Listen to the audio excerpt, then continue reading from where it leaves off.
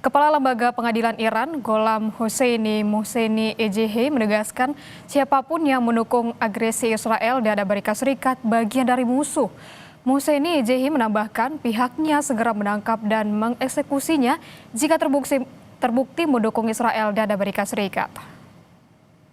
کنار مدافعین امنیت در کنار نیروهای مسلح مشغول به کار هستند با جدیت بالاتر و بیشتر و هم دفاع میکنن، همراهی میکنن از مدافعین امنیت چه در مسائل داخلی چه در نیروهای مسلح اگر نیازی داشته باشن و همین که بالاخره به پرونده های اصلی توجه ویژه دارن، همچنان که در زمان اغتشاشات گفته شده بود که اونها در اولویت هستن. الان هم عرض کردیم و ابلاغ کردیم که کسانی که با دشمن به هر نحوی از آنها الان همراهی بکنن اینو جزو دشمن محسوب میشن. الان ببینید زمان جنگ هستش، اعلام جنگ کردن، رسمی جنگ را شروع کردن.